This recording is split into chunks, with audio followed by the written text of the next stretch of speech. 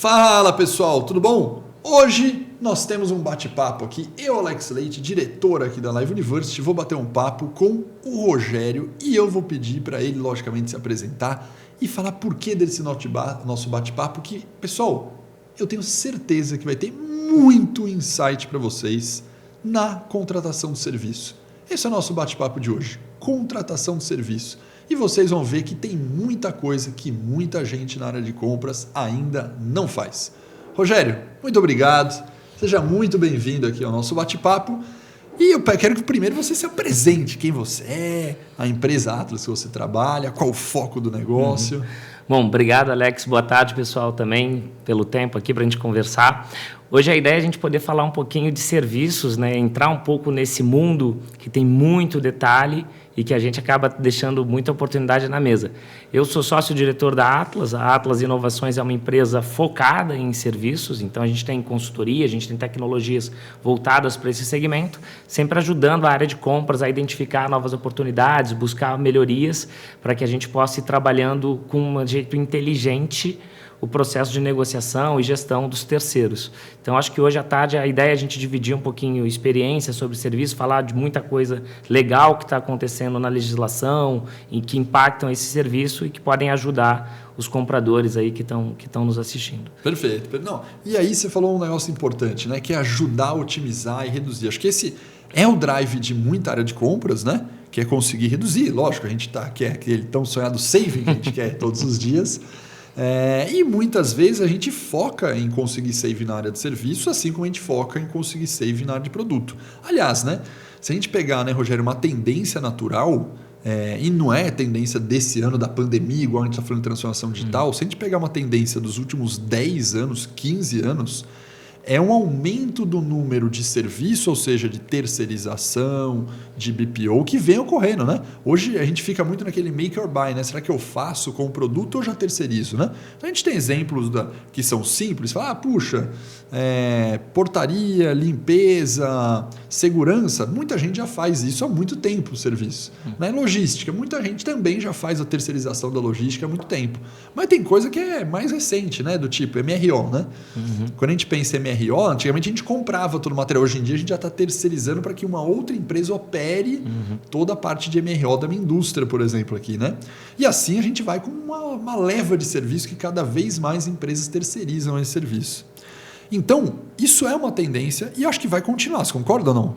Concordo. Vai continuar, né? A gente teve... No final do ano passado, começo desse ano, a gente teve o primeiro IPO de uma empresa de serviço no Brasil, né? A gente tinha tido 2 anos atrás a Estapar, que era uma empresa específica de estacionamento, e agora uma empresa mais ampla de serviço, que foi a GPS, fez o seu primeiro IPO. E é uma tendência do mercado de serviço esse crescimento. Dados oficiais desse IPO, a gente vai falar de um mercado de 140 bi só no Brasil. É um mercado em ampla expansão, considerando que ainda 60% do mercado praticamente ainda não é terceirizado. Então, o espaço de crescimento é bastante amplo e entender, conhecer um pouquinho disso é bastante especial. É fundamental. Para criar diferenciais. É isso aí. Então, se isso é uma tendência, faz toda a lógica do jogo que na área de compra se estude bem serviço, né? Quando a gente fala de produto, né? Matéria-prima, produto, etc, que a gente compra commodity, ou própria bota que está lá dentro da MRO, no EPI, é muito normal que áreas de compras mais maduras, elas fazem o quê? Elas fazem uma análise, uma investigação, um strategic sourcing muito profundo daquela categoria.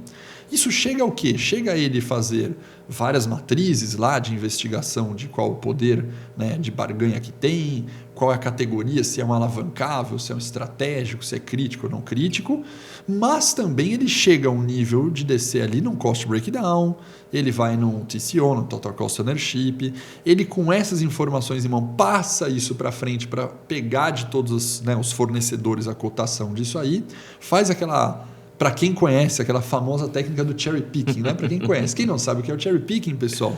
Cherry picking é muito simples. É que pegar a cereja. Você faz, imagina lá, você vai comprar, vamos dar exemplo de um produto qualquer, uma caixa de papelão, por exemplo, para embalar alguma coisa na tua empresa.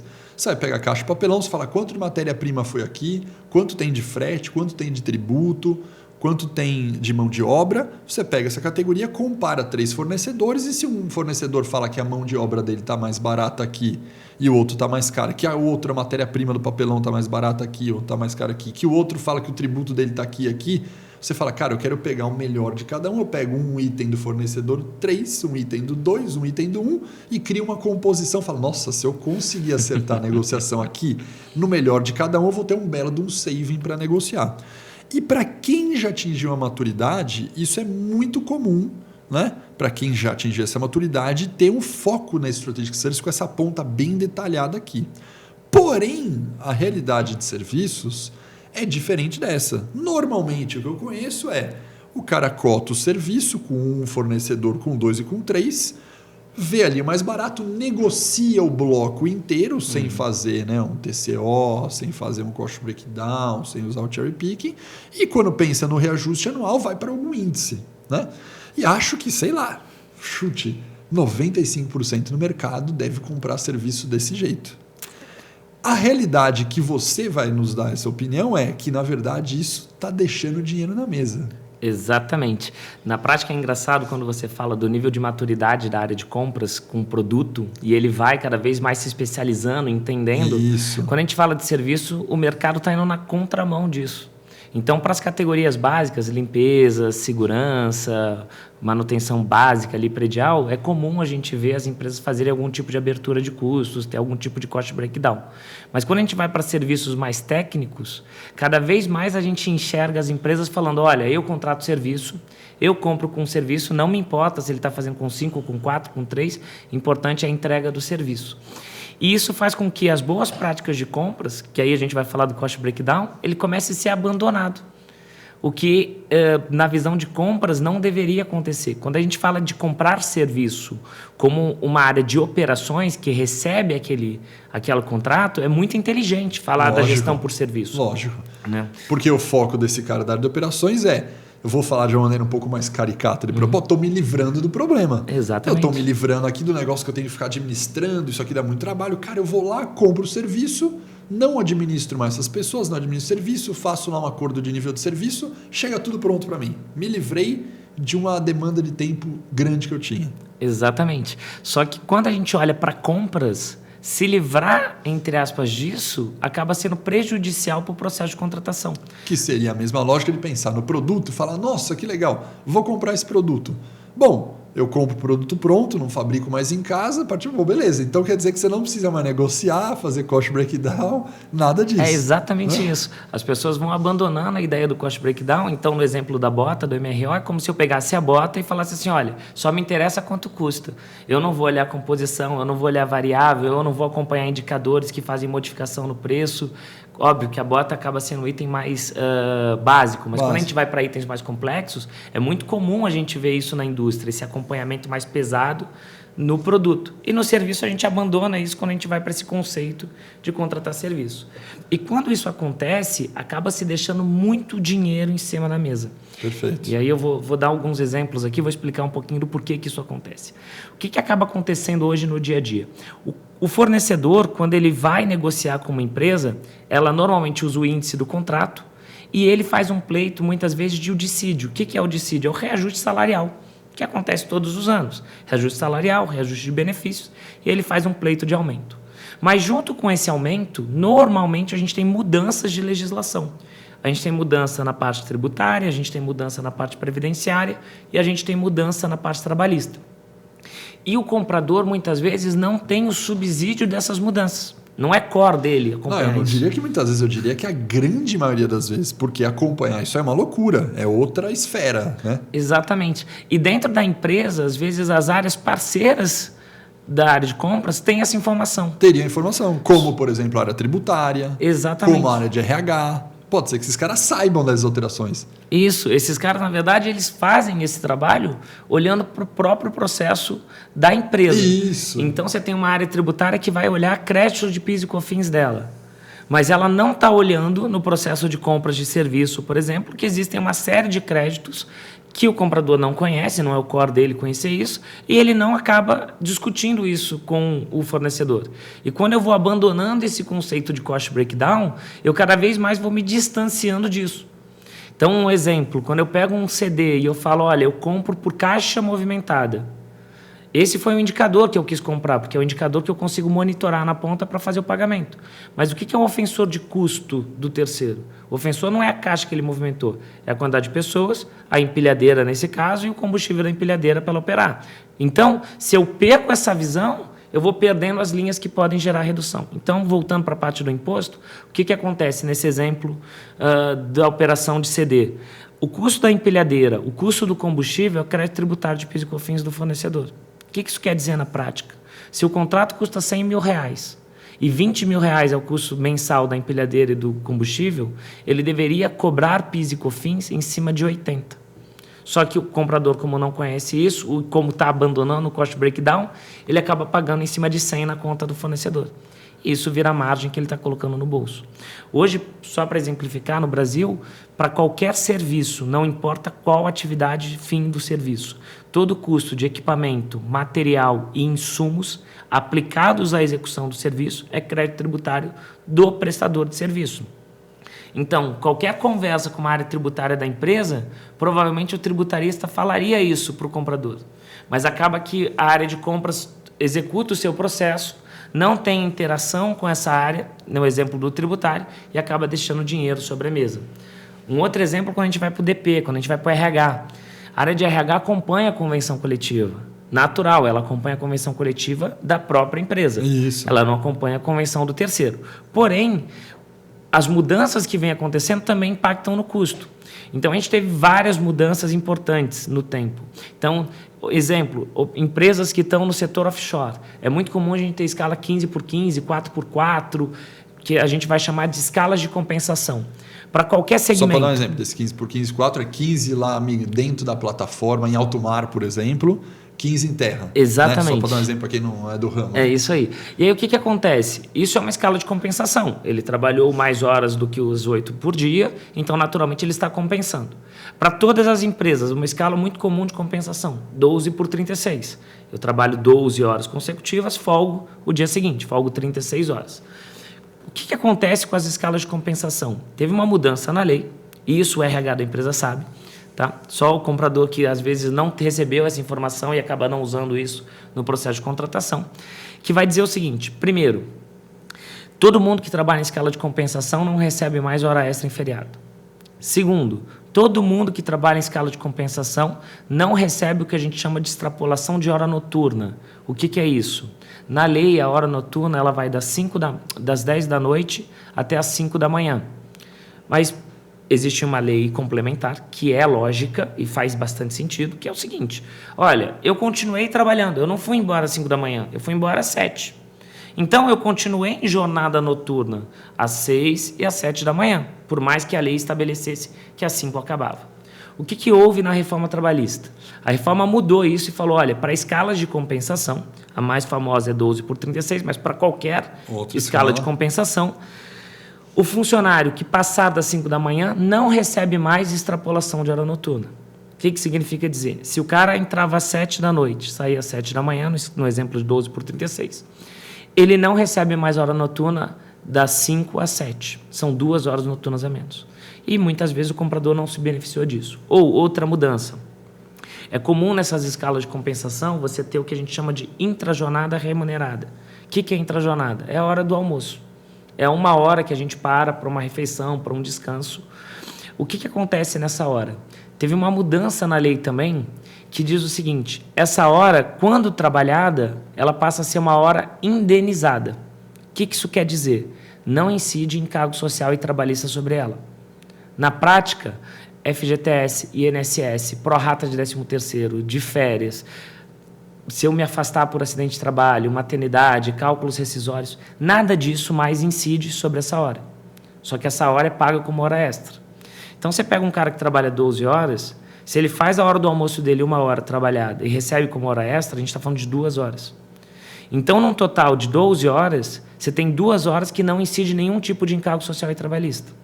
Isso, na prática, é uma redução de custo de quase 20% no valor hora específico. De hora extra / compensação na folha do prestador de serviço que você tem. Que deveria ser redução de custos para o cliente. Quando se falava de cost breakdown em serviço, alguns anos atrás, e isso era mais forte no mercado, o que acontecia? Qual era a lógica do cost breakdown? Abra seus custos e eu negocio com você a sua margem. E aí a gente vai discutir se a margem é 10, é 12, é 15, é 8, enfim, de acordo com estratégia comercial de negociação. O que aconteceu? A legislação é tão complexa nesse assunto, e aí por que ela é complexa? Porque a gente tem a figura dos sindicatos, que vão fazer o acordo patrão-empregado, convenção de trabalho, né? Sindicato patronal, que são os empresários, sindicato laboral, que são os funcionários. Fez um acordo, convenção coletiva de trabalho, que sempre existiu. Só se homologou na legislação a mudança que esse documento tinha valor de lei. O que acontece com esse documento? Ele vai mudar por município e ele vai mudar por categoria. É isso, mano. Então, a gente vai ter alguns exemplos. Quando eu vou falar de São Paulo, exemplo mais básico de todos, eu vou falar de limpeza. Eu tenho 4 regras de convenção coletiva diferentes em São Paulo. Se eu for para o Rio de Janeiro, são 5. Se eu for para o Paraná, é uma só. Se eu for para Minas, são 37. E a gente vai variar município a município. Não, e objeto, né, social, objeto social. Porque eu posso falar aqui da live mesmo. A gente já teve troca de razão social adequando o objetivo social da live e trocou de sindicato. E aí muda troca de sindicato, muda a regra. Muda a regra de benefício, muda a regra de desconto, isso. Muda a regra de salário. Muda a regra de tudo. E aí o que a gente vê no processo de compras hoje nas empresas, principalmente as que são um pouco mais maduras? A empresa usando fator K. O que é o fator K? É o multiplicador em cima do salário. Mas se a gente sabe que a convenção traz uma regra para cada município, traz uma regra para cada categoria, e às vezes até para o tipo de atividade, cara, o que acontece? Se eu estou fazendo múltiplo e eu estou usando isso a nível nacional, provavelmente eu estou distorcendo ele em algum local. Sim. E isso vai acontecendo. Então, outro exemplo, a gente pega a convenção, mesmo a convenção, tá? Eu vou falar de vigilância agora para trocar o exemplo. Eu vou falar de vigilância em Brasília. Em Brasília, eu não posso substituir o vale-refeição por refeitório local. Eu vou falar de R$ 35,00 por dia de vale-refeição. Se eu pegar esse mesmo cara e trouxer ele aqui para São Paulo, eu vou falar de 20. O vale-refeição. Então, por mais que os salários sejam iguais, o múltiplo já mudou. Porque em um eu sou obrigado a pagar R$ 35,00 por dia de vale-refeição, no outro eu posso pagar 20, e se eu tiver um refeitório local que eu consegui contratar e eu contratei mais barato que isso, eu dou o refeitório local e tiro o benefício. Em Brasília eu não posso fazer isso. Então, se eu tenho um per capita em São Paulo igual ao de Brasília, provavelmente ou eu estou pagando caro em São Paulo ou eu tenho um problema trabalhista muito sério em Brasília. E isso acaba acontecendo de forma geral no Brasil. As empresas vão se distanciando do detalhamento por fugir desse conceito do cost breakdown e ir por conceito de serviço, e elas vão deixando essas oportunidades na mesa ou vão criando problemas para elas porque estão usando a referência de um determinado município quando a regra é completamente diferente dos outros. Isso vai valer para o imposto, para o ISS, que é o imposto sobre o serviço. Isso vai valer para a parte de todas de benefícios, salários e adicionais, e isso vai criar naturalmente descolamentos dentro dessa operação. Além disso, a gente tem, ainda nas mudanças de lei, a gente vai ter mudanças ligadas à parte toda de encargo social e trabalhista, que são mudanças federais. Então, quando essas mudanças vão acontecendo, as áreas de compras também não vão sendo impactadas por elas. Exemplo recente, a gente teve uma mudança no Sistema S. O Sistema S é SESI, SEBRAE, SENAI, o Salário e Educação e o INCRA, que por mais seja aí, é Sistema S no Brasil. É isso aí. Uhum. O que acontece? Isso representa 5,6% sobre a folha salarial, de forma direta. No Brasil existe um conceito de reincidência, que não vale muito a pena entrar aqui, mas o que vale as pessoas entenderem é que isso chega a 8% da folha do prestador de serviço, e para qualquer serviço. E aí, quando teve essa mudança, agora em maio de 21, se definiu que pode se pagar limitado a 20 salários mínimos, e não mais sobre a folha inteira. O que isso fez? Que o fornecedor que tem 5 mil funcionários, 3 mil funcionários, 20 mil funcionários, 800 funcionários, não importa o tamanho do fornecedor, portanto que ele tenha mais do que 20 funcionários, ele teve uma redução de custos, porque ele era obrigado a pagar sobre a folha dele 5,6 de forma direta e nas reincidências chegando a 8, e agora ele paga limitado a 20 salários. Só que isso não virou redução de custos para os clientes. Isso em contrato intensivo de mão de obra, a gente vai falar de 3, 4% do contrato. Deveria ter sido reduzido. Só que, como a gente vai se distanciando do conceito de detalhamento de custos e a gente não vai entendendo essas mudanças, Isso acaba dependendo que o terceiro, ou seja, o prestador de serviço, informe o comprador. E, naturalmente, isso não vai acontecer. Ele nunca vai falar, mudou uma lei, agora está mais barato para mim. Ele vai falar quando for mais caro. Olha, teve uma lei aqui que me impactou e aqui aumentou o meu custo, eu vou repassar isso para você. Custo Brasil isso aqui. É exatamente isso. Então, custo o que acaba acontecendo, as áreas vão provisionando sempre no seu orçamento. Agora a gente está no final de ano, a gente está falando de budget 23, né? Isso aí. As áreas estão fazendo Você põe um índice lá. E aí elas botam um índice. É isso. Se elas têm um pouquinho mais de conhecimento, ela bota a previsão de dissídio. Mas na prática, ela nunca bota o que vai reduzir, o que está sendo alterado para baixo. Na verdade, ela nem se informa disso, ela nem busca isso. Então, isso acaba gerando uma série de oportunidades para o comprador. E isso quando a gente está falando só do processo de negociação, contratação e depois de reajuste contratual. Quando a gente vai falar da operação, também existem mudanças de lei que ajudam a reduzir custos e que o comprador muitas vezes não está acompanhando. Então, um outro exemplo bastante comum que acontece quando a gente vai falar de serviço. As empresas investem dinheiro em gestão de terceiros, seja com equipe própria, seja contratando uma empresa terceirizada que faz esse tipo de análise para eles. E o que acaba acontecendo? O foco desse trabalho é passivo trabalhista. É simplesmente garantir que as obrigações estão sendo cumpridas e que isso não está gerando nenhum tipo de passivo contra o meu negócio. Porém, o que acontece? Em 2018, teve uma mudança na lei que obrigou que o tomador do serviço, ou seja, a empresa que está contratando, ele seja vinculado ao documento de FGTS. Perfeito. O que isso fez? Fez com que eu fique corresponsável. Não só corresponsável, mas ele fez com que todo mundo que está trabalhando para você venha listado em um documento. E nesse documento vem todos os códigos de movimentação possíveis na legislação brasileira. Afastamento por doença, acidente de trabalho, licença maternidade, demissão com justa causa, sem justa causa e assim por diante. O que acontece? É muito comum quando eu contrato serviço, se eu faço alguma abertura mínima de custo, perguntar encargo social e trabalhista para o fornecedor. E aí, quando eu faço isso, o que eu faço? Eu faço o famoso cherry pick. Eu vou lá e coloco, olha, o Alex falou aqui que é 4% para demissão, o Rogério falou que é 4,2%. Opa, então dá para ser 4%. Na maternidade, o Rogério falou que é 0,8%. O Alex falou que é 1%. Opa, então dá para ser 0,8%. E as pessoas montam isso para fazer um gatilho de negociação. Eu já vi, inclusive, empresas fazerem eliminação de fornecedores por distorção muito grande em cima dessa variação de encargo. Perfeito. Só que o que acontece ali? Uma parte desses encargos é fixa, não tem variação. FGTS, INSS, pró-rata de férias, 13º, isso é fixo. Agora, maternidade, paternidade, demissão, acidente de trabalho, às vezes pudesse. Aí são as pessoas que trabalham lá, a cultura, tem. Exatamente, depende do que está acontecendo, turnover impact e assim por diante. É isso aí.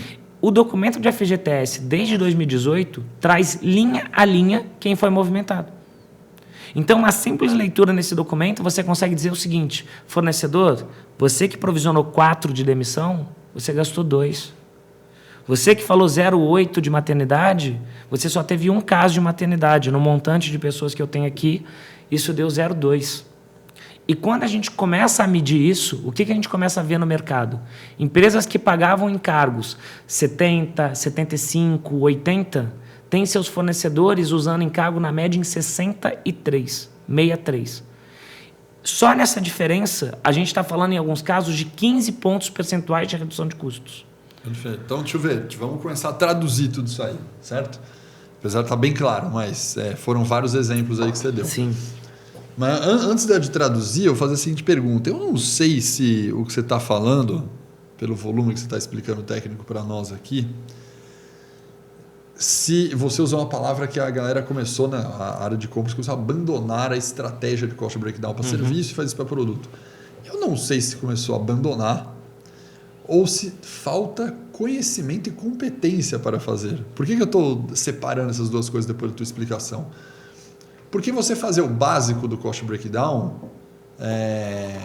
começou a chegar a um negócio que poderia não ter ganho. Vou dar um exemplo. Se você fizer um cost breakdown de serviço, falando, cara, tributo, margem, mão de obra e comissão do vendedor, e joguei 4 categorias aqui, e pedir esse cost breakdown para todo mundo, você olha e fala, mas o cara de serviço nem sabe realmente quanto é a mão de obra dele direito, vem umas discrepâncias absurdas, né? Porque o cara não tem como tangibilizar direito mão de obra, né? É um negócio surreal, né? Porque para servir, você fala, cara, quanto vale a cabeça do Rogério que está pensando aqui? Você vale R$1 a hora ou você vale R$1.000 a sua hora? Cara, papel, Excel aceita tudo, né? Se você quiser vender o seu serviço de conhecimento, sabe-se logo que você vai pôr. Agora, como isso aí eu acho que não serve no fundo para muita coisa, a galera começa a falar o seguinte, cara, eu não preciso perder o meu tempo em fazer um cost breakdown que só está lá mão de obra, tributo e o básico de elementos lá, porque isso aqui não me resolve na negociação. E não sabendo que, cara, a legislação da lei trabalhista que mudou é um elemento importante. A mudança da forma com que arrecada o tributo em algum equipamento que você falou é um elemento importante. A mudança sobre o cálculo que tem na mão de obra é um outro elemento importante. Esses caras, como você bem disse, está em conhecimento de outras áreas, o comprador não vai saber. Então eu acho que eu não acho que eles abandonaram. Eu acho que eles não fazem neste nível que dá resultado, porque há um desconhecimento esperado. Eu ficaria surpreso se o cara conseguisse fazer isso aí. Perfeito. Essa sua análise, se você me perguntasse o porquê que isso aconteceu, eu ia numa linha muito parecida com a sua. Quantos e quantos casos a gente conhece de comprador que ainda tenta fazer cost breakdown e no final fala assim, cara, tá uma confusão gigante. É isso. Eu não consigo equalizar. Fala que é X, o outro fala que é Y. Não dá, porque serviço é muito complicado. E o cara acaba falando, cara, eu não sei como discutir. É isso. O que acontece? Hoje no Brasil, quando a gente vai falar de mão de obra operacional, que é o grande volume de serviço, é 100% tabelado. Está escrito na convenção coletiva quanto é o salário, quanto é o benefício. Está escrito na regra previdenciária quantos são os tributos, quais são os encargos, qual é a variação e como calcula, inclusive, a variação deles. E está escrito qual é a regra de tributos. O que sobra, literalmente, se eu falasse só da mão de obra pura, o custo do uniforme, se o cara vai usar o uniforme EPI, e o custo da margem dele. Quando entra equipamentos e materiais, o custo do equipamento e material. O que acontece nesse processo? Quando eu separo isso e eu vou para a mão de obra mais pensante, que o cara custa 1.000, custa 2.000, custa 3.000. É muito difícil realmente pôr valor na hora, principalmente de consultoria, de advogado. De advocacia, tributo, contabilidade. Porque o intelectual entra muito na conta. É isso aí. Né? Só que quando o intelectual entra muito na conta, o que a gente consegue fazer? Se a gente entendesse um pouquinho mais a fundo desse assunto. A gente consegue fazer um trabalho do seguinte, falar, beleza, o custo é X. Se eu tenho uma hora de 1.000, eu posso falar assim, o custo dessa hora é 120. Ponto. Por que é 120? Porque o cara ganha R$25.000 por mês. Quando eu diluo o salário dele em 220 horas, que são as horas efetivas que ele pode trabalhar no mês, dá X o valor da hora. Quando eu incluo adicionais, tributos, dá Y o valor de venda dessa hora, sem margem. E aí eu vou falar, beleza, se eu sei que o custo é 120 e ele está me pedindo 1.000, eu posso não poder colocar o preço no valor da hora dos 1.000. Mas eu acabei de criar subsídios para poder negociar de uma maneira mais inteligente aquele processo. Porque eu vou chegar a um resultado melhor. Então, o processo de cost breakdown bem entendido, ele deveria servir para qualquer tipo de serviço que a gente vai contratar. Um outro exemplo, eu vou fazer uma construção na minha casa, vou fazer uma reforma. Aí eu vou lá, chega um pedreiro, olha... R$3.000. R$3.000. Vem outro pedreiro e fala assim, R$4.000. Isso se for, que esse R$3.000 que você está falando é apenas para ele pintar uma parede do banheiro. Está muito barato esse R$3.000. É porque eu contratei um pedreiro sozinho. Mas quando vem de uma empresa estruturada, vai ser mais caro. Mas o cara vem te dar um preço. Ele olha simplesmente aquele serviço e te dá um preço. E você, como comprador, naquele caso, para a sua própria casa... você acaba não tendo subsídio para falar, isso está caro ou está barato. E aí o subsídio vira comparativo. Então, se você tem um processo onde o próprio mercado vem subindo as bases e você vai só nesse âmbito comparativo, você acaba perdendo muita força no processo negocial. Isso. E se você entendesse nesse exemplo da parede que a pessoa que vai fazer a obra ganha R$1.000, por exemplo, ele vai levar uma semana para fazer o serviço. Então, a gente está falando, na média, R$250, o custo do salário. Aí você bota os adicionais, bota o benefício da semana, esse cara vai custar, para quem está te vendendo aquele serviço, R$500, R$600. Toda a diferença disso para os 3.000, você pode negociar. Só que aí você muda a alavanca de negociação. Deixa de ser, olha, alguém no mercado faz, e você passa a ser o dono da informação. Por mais que ele não te abriu um detalhe significativo. Você quer ver um outro exemplo disso? Quando eu faço gestão de terceiro. Eu tenho a informação de salário. Então, eu não preciso perguntar nem para o meu fornecedor qual o valor do benefício, qual o valor... Eu tenho dentro da casa. Eu só não uso. Eu só não uso, porque Perfeito. eu faço a gestão de terceiro com foco no passivo. E não com foco de achar redução de custos em cima disso. Perfeito. Então, dentro desse cenário, o que a gente acabou fazendo lá na Atlas? A gente construiu tecnologias que empoderem a área de compras. Então, para que ele não precise entender as mudanças de convenção coletiva, eu tenho um time que vai lá e cadastra a convenção coletiva para o comprador. Então, as regras, as variações de mudança, o impacto de cálculo, eu tenho hoje uma plataforma que permite ao comprador ter essa inteligência sem necessariamente ter o conhecimento tributário, ter o conhecimento previdenciário e assim por diante. É isso aí. A gente construiu uma solução tecnológica que empodera o comprador para que ele consiga voltar à lógica do cost breakdown, mas tendo resultado efetivo. Que ele possa falar, ok, eu não entendo nada, eu não tenho detalhe da legislação, porque nem é específico dele ter isso. Nem tem que ter. Mas que ele tenha uma ferramenta tecnológica que dê esse subsídio para ele e que garanta que o processo de compras dele vá absorver aquelas economias pelas mudanças, não só o impacto de Então, aumento. na hora de negociar, vamos detalhar agora, traduzir aí detalhando para o pessoal com exemplos de outra maneira, não tão técnicos, mas práticos. Imagina que eu tenho um contrato que eu estou de alguém lá, vamos pegar um de logística. Tem muita gente que ouve a gente que está aqui que contrata serviço de logística. Então vamos supor que o cara tem um contrato, seja por frete, e vamos inventar um negócio bem lúdico aqui. Custa R$1.000 o frete dele e ele faz seus 100 fretes por mês. Então ele está falando de R$100.000 por mês. Não é isso que o cara tem R$1.000 o frete, 100 mil por mês. Então o cara gasta 100 mil com frete. Esse é super comum dele fazer um cost breakdown aonde? No combustível, no gasto do pneu, no gasto de manutenção do caminhão, no pedágio. Esse cost breakdown ele faz. Ele fala, não, Alex, você está falando aí, mas eu já faço aqui. Já faz nessa parte física do jogo. Mas a lógica é que tem a parte física da mão de obra do motorista. Certo? A mão de obra do motorista, ele põe um valor X lá fixo e fica. Ele não quebra mais aquilo ali.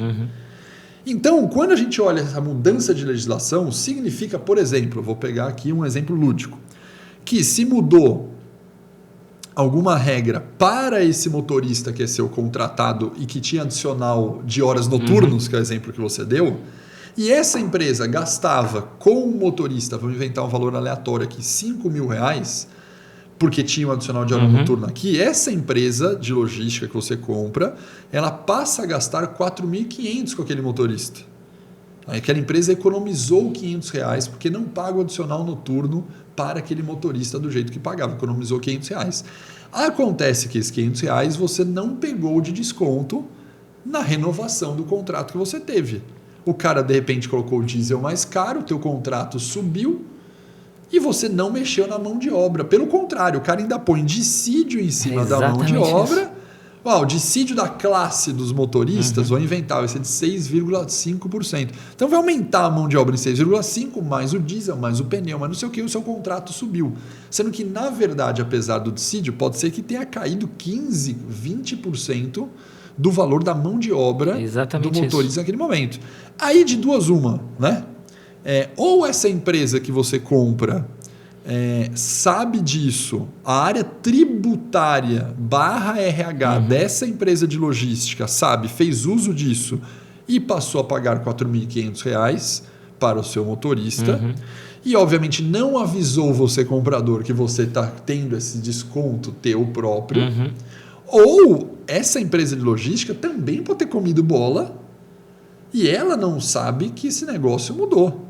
Exatamente. Né? Então, na verdade, pode ser que essa empresa continue pagando 5 mil, sendo que, na verdade, se você, comprador, avisar para ela, olha, você está pagando 5 mil, mas você mostrou 5 mil para mim no semestre passado. Olha só, você deveria estar pagando 4.500, eu quero esse desconto. O cara falou, não, eu continuo pagando 5 mil. Não, então faz o seguinte, você checa lá com a sua área de RH, confere o adicional de horas noturnos, que você vê que você está pagando a mais. Assim que você corrigir lá, a gente corrige aqui também. Eu já estou te ganhando um benefício. Então, na minha visão aqui, o comprador tem duas uma. Ou ele negocia na largada, porque o cara não repassou esse desconto para ele, ou ele pode até ajudar a empresa que ele está contratando fornecedor de serviço e sai um ganha-ganha para os dois. Exatamente isso. Na prática, o que acaba acontecendo? A gente tem empresas mais bem estruturadas, tá, do lado do fornecedor, que vão capturar todo momento. Por quê? Porque eles estão acompanhando, o tempo inteiro bate, enfim, empresas na porta deles de consultoria trazendo essas novidades. Só que a gente tem as empresas, que é a grande maioria no Brasil, as médias e as pequenas. Essas têm mais dificuldade de ter esse acompanhamento. Não, mas não é mais dificuldade, eu tenho certeza que, sei lá, metade não sabe do que acontece. É exatamente. Mesmo a pequena e média. E aí o que acaba acontecendo? Quando a gente volta lá para o início da conversa, que abandonamos o cost breakdown e vamos fazer comparação de valores, porque a gente está olhando a linha de serviço, o que acaba acontecendo? Se eu tenho mais da metade dos fornecedores que não conhecem as mudanças, naturalmente o preço dele está penalizado. Lógico, E aí eu tenho um cenário que eu poderia ajudar esse cara a ser mais competitivo, porque a ajuda é simplesmente uma informação. Eu vou perder 10 minutos numa reunião falando, amigão, mudou a lei, vai lá olhar. E quando eu fizer isso, o que vai acontecer? Vai reduzir meu custo. E vai reduzir o custo de todo mundo. A gente tem um caso bastante legal disso com uma empresa francesa de material de construção. Uma vez a gente fez um trabalho com eles. E aí a gente trouxe aqui para São Paulo, que é onde fica a sede deles, todos os fornecedores da operação nacional. Então a gente fez reuniões individuais com cada um deles e foi falando, olha, mudou isso, tem uma mudança de imposto do CSLL e o IR, enfim, tem algumas mudanças que aconteceram, a gente foi falando, e os caras, eu não pratico isso. E a gente falava, então parabéns, você vai para a Disney, 5 anos para trás para capturar, daqui para frente vai ficar mais competitivo e devolve aqui para mim, que no meu contrato você não vai mais cobrar, não pode cobrar. Então, a gente tem mudanças que acontecem que são muito marcantes. Não, você sabe que eu vou te dar um exemplo próprio, né? Que é esse negócio de você não sabe se você ri ou você chora. Se você ri ou você chora. A gente está fazendo, como você bem disse, está fazendo orçamento do ano que vem, né? E estamos lá no orçamento. Aí, de repente, do nada, a gente teve o nosso fórum de compras e a gente começou a conversar com todos os nossos patrocinadores. Cara, e conversa vai, conversa vem. Cara, falando com um dos nossos partners, né? Assim como vocês são, a gente descobriu que, por causa da pandemia, o serviço de eventos teve uma desoneração fiscal, porque a classe de eventos sofreu absurdamente por causa da pandemia, porque fechou tudo, os caras quebraram a maioria. E a gente estava pagando uma alíquota de eventos que a gente pagava em 2019. A gente acabou de descobrir, por coincidência, que a gente consegue uma redução no ano que vem do tributos de crédito que ficou do que se pagou a mais. E, cara, a gente não sabia, foi do nada, foi no aleatório. Então, ainda bem que você descobriu antes do orçamento, senão ia bater meta sem crescer. Você ia bater meta sem crescer. Ia bater meta só melhorando a receita. Isso se descobrisse, porque a gente ia passar o ano pagando à toa. Esse é um risco grande. Mas a verdade é que o Brasil tem muita complexidade. Quando a gente fala, vamos comparar com outros países, é diferente. É diferente. A regra é muito diferente. E aqui no Brasil, pela característica de mudar por município e por tipo de serviço, aumenta muito a complexidade. É isso. Muito. E aí passa a ser um trabalho maluco para o comprador. Maluco. E, naturalmente, vai criando oportunidade de mudanças, de variações. E aí tem outros exemplos. Eu citei alguns, enfim. Eu vou só mais um para ilustrar aqui, que esse é bastante comum também. Quando a gente conversa com qualquer pessoa, a gente fala assim, cara, você trabalha quantas vezes na semana? Quantos dias você trabalha? Aí as pessoas... 5 com um item a mais, talvez 5,5. Trabalho 5 dias, descanso 2. Trabalho de segunda a sexta, folgo final de semana. Aí você pergunta para a pessoa, quantos dias no mês você trabalha? Se você tivesse que calcular, quantos dias? Via de regra, as pessoas falam assim, 22. O que é a conta dos 22? 30 menos 4 finais de semana. Né? O que acontece nessa conta? A gente usa essa conta para calcular vale-refeição, vale-transporte dos terceirizados. Tá? O que acontece nessa conta? Se a minha operação é aqui uma universidade, um centro de ensino, eu funciono de segunda a sexta. Eu sou um banco, eu funciono de segunda a sexta. O que acontece? Eu tenho que descontar dessa média feriados municipais, estaduais e nacionais. Se eu pegar aqui em São Paulo, são 16 feriados no ano. Se eu pegar no Rio, capital, são 17 feriados no ano. O que isso faz? Faz com que em um local eu deveria pagar por 20,75, no outro eu deveria pagar por 20,96. Se eu sou uma indústria que eu não paro nunca, existe na CLT a previsão de que domingo é o dia universal de folga de um trabalhador. Se ele trabalhar no domingo, porque a folga dele é quarta-feira, ele deveria ter direito a um domingo por mês se for um homem, ou a 2 domingos por mês se for uma mulher. O que isso faz na prática?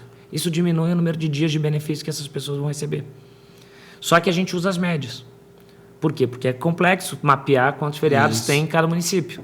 e naturalmente a gente paga mais para o fornecedor. O que o fornecedor faz? Paga efetivamente o dia trabalhado para o funcionário dele. Ali eu crio uma outra linha de margem. Então, são muitos exemplos, a gente citou alguns aqui, não vamos entrar em todos porque vira muito técnico, exatamente. A gente vai ficar muito tempo aqui falando, mas o que é importante para o comprador no final do dia? Ele entender que a legislação no Brasil muda com uma certa agilidade, de tal maneira que todo ano ele vai ter algum tipo de economia possível por mudança de lei. E, historicamente, o que a gente vê, a redução vem só numa renegociação, num novo processo de concorrência. E não deveria.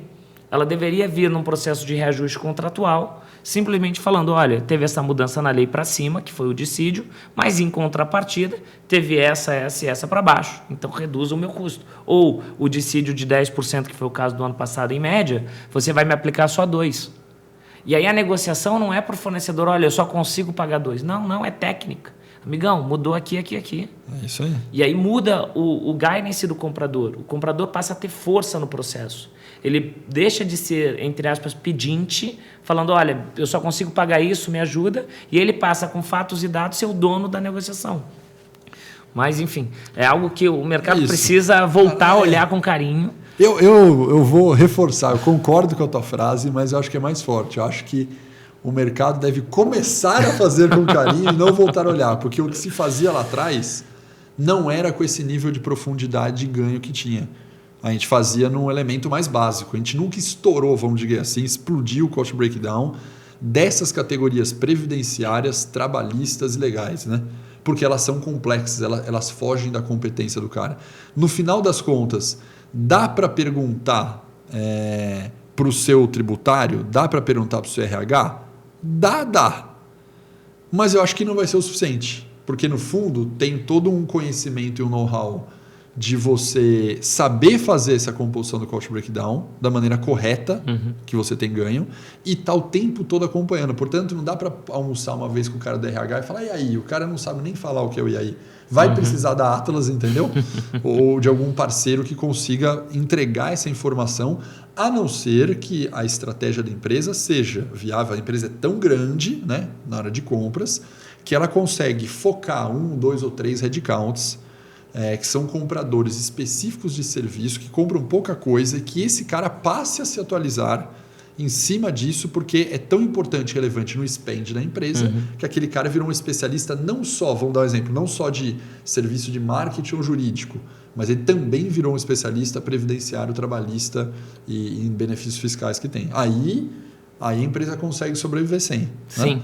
Exatamente. Na Atlas a gente está muito focado, Alex, em dividir conhecimento. A gente entende que não adianta a gente querer falar para o mercado que precisa disso e a gente é a solução. A gente entende que a gente precisa literalmente fazer um trabalho de divulgar, de educação, para que as pessoas entendam que isso existe. Porque, naturalmente, quando elas entenderem que isso existe, elas vão começar a estudar, vai dar maturidade para essa linha. É isso aí. Naturalmente, vai me ajudar em algum momento, porque eu tenho tecnologia, eu tenho caminho para isso. Mas, se as pessoas não entenderem que isso existe, elas provavelmente estão fazendo um esforço de compras errado, estão criando estresse com as áreas usuárias. Frase mais comum que a gente escuta quando vai conversar com uma área de compras. Cara, não pode mexer no escopo. Não dá mais para cortar nada, porque a gente corta todo ano. Porque é assim que se faz a negociação. A negociação, via de regra, chama os fornecedores, deixa eles sugerirem o escopo, eles falam como executa o serviço. Por quê? Porque precisa reduzir. Então, o jeito de reduzir é cortar a gente. E, na verdade, o que a gente vem trazer para o mercado é não. Existem uma série de alavancas técnicas de legislação que não tem nada a ver com o escopo. É isso aí. Que o escopo você mantém igual. Você vai cobrar o nível de serviço, vai manter aquele SLA, vai continuar gerindo da mesma maneira. Mas você tem novas alavancas de negociação que podem ajudar. Então, a gente está muito focado nisso, em distribuir esse conhecimento, explicar para as empresas, porque a gente acha que tem um caminho mais inteligente da área de compras impactar o seu negócio. Perfeito. Pessoal, acho que aí está o ponto-chave, então, para a gente encerrar o nosso bate-papo aqui. Depois que vocês ouvirem isso aqui, vocês devem ter percebido que devem estar deixando dinheiro na mesa. Pensando no ano que vem, pessoal, é melhor vocês repensarem toda essa parte de serviço, olhar o seu spend lá, pegar as categorias que são alavancáveis, pegar as estratégicas, trabalhar nelas e conseguir o saving que vocês não estão enxergando como. Esse saving provavelmente de categorias importantes para vocês existem. Então, essa aula que a gente deu aqui, Rogério, muito obrigado por essa aulona que teve aqui. Vai ajudar muita gente e eu tenho certeza que vai ter muita gente que vai ter um ano que vem feliz, sorridente, falar, cara, eu consegui meu saving porque ouviu esse nosso bate-papo. Muito obrigado pela oportunidade, pelo conhecimento transmitido aí. Fechado. Obrigado pelo espaço, Alex. Agradeço a live pelo ambiente aqui para a gente poder conversar. E espero que o pessoal de casa tenha gostado aí, enfim, e tenha absorvido um pouquinho desse conhecimento. Mais que gostado, vamos praticar. Aí, aí sim. Abraço, pessoal. Falou, pessoal. Tchau, tchau.